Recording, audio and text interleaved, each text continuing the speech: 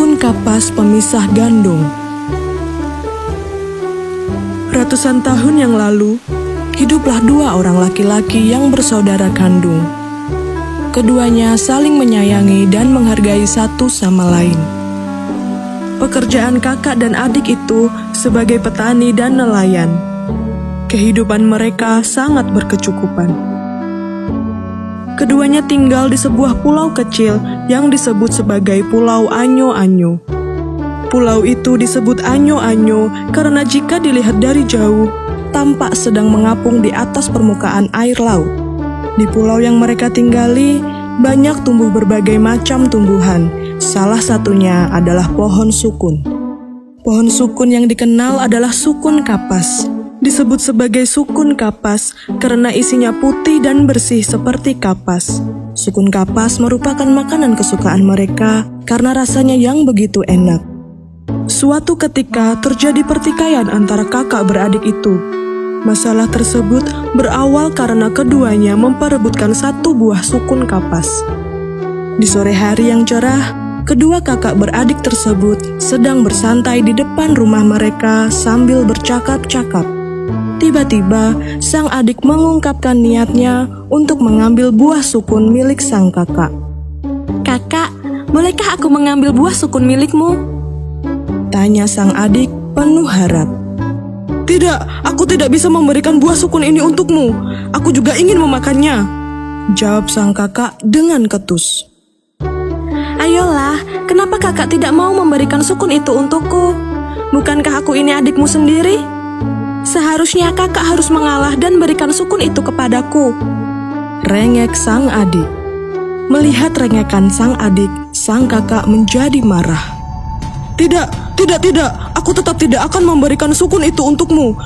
Mengapa kamu terus memaksaku? Siapa kamu? Dengar ya, sekalipun kamu memintaku dengan air mata, aku tetap tidak akan memberikan sukun itu untukmu.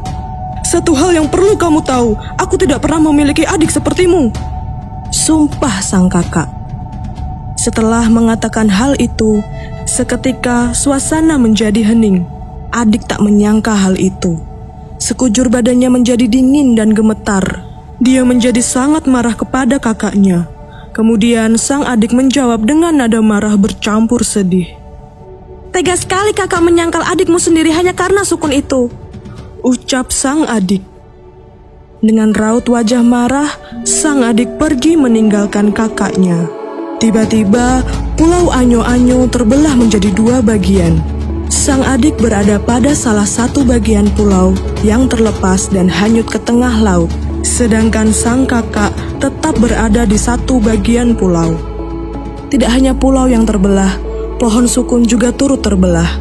Sebagian pohon yang terbelah turut bersama sang adik, sedangkan sebelah pohon sukun tetap berada di pulau yang dihuni sang kakak. Sang adik segera mengambil perahu miliknya dan berlayar dengan bagian pulau yang putus meninggalkan kakaknya. Entah apa yang dipikirkannya, tetapi semua sudah terlambat. Sang adik tetap pergi meninggalkan sang kakak. Setelah berlayar beberapa lama, sang adik sampai di negeri Haria. Ia menurunkan sauh. Sang adik melihat kembali ke belakang dan masih tampak raut wajah sang kakak. Adik kemudian memutuskan untuk berlayar lagi. Saat berlayar, pulau yang dibawa adik terputus di depan negeri Haria. Pulau yang putus itu disebut Pulau Molana. Kemudian sang adik melanjutkan perjalanan dengan berlayar sampai di Pulau Ambon. Adik kembali membuang sauh dan beristirahat sejenak sambil menyantap bekal yang ia bawa. Saat itu, hari tampak mulai gelap. Sang adik memutuskan untuk menginap di Pulau Ambon. Dia lalu mencari tempat beristirahat yang aman. Ketika pagi hari, sang adik terbangun dan melihat di kejauhan masih tampak sang kakak. Lalu sang adik mengangkat sauhnya.